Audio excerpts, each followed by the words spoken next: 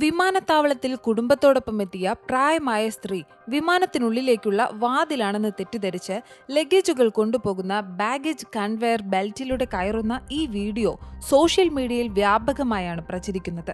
Baggage conveyor ബെൽറ്റിലൂടെ ഉള്ളിലേക്ക് കടന്ന ഇവർ മിനിറ്റുകളോളം ലഗേജ് സ്കാനിംഗ് സംവിധാനത്തിലൂടെ കടന്നുപോയ ശേഷമാണ് പുറത്തെത്തിയത്. ഇബ്ര എന്ന എക്സ് അക്കൗണ്ടിൽ പോസ്റ്റ് ചെയ്തിട്ടുള്ള വീഡിയോ പ്രകാരം സംഭവം നടന്നത് റഷ്യയിലാണെന്ന് പറയുന്നു.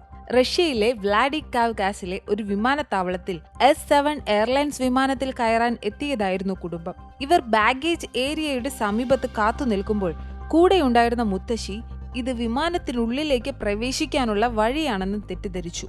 അല്പം ബുദ്ധിമുട്ടിയാണെങ്കിലും ബാഗേജ് കൺവെയർ ബെൽറ്റിനുള്ളിലേക്ക് പ്രവേശിക്കുന്നത് വീഡിയോയിൽ കാണാം. എന്നാൽ സ്കാനിംഗ് സംവിധാനത്തിലേക്ക് കടന്നതോടെ അവർ വീഴുകയും ഉള്ളിലേക്ക് വലിക്കപ്പെടുകയുമാണ് ഉണ്ടായത്. റിപ്പോർട്ടുകൾ അനുസരിച്ച് ഈ സമയം സംവിധാനം ഓഫാക്കുകയോ മറ്റോ ചെയ്തിട്ടില്ല.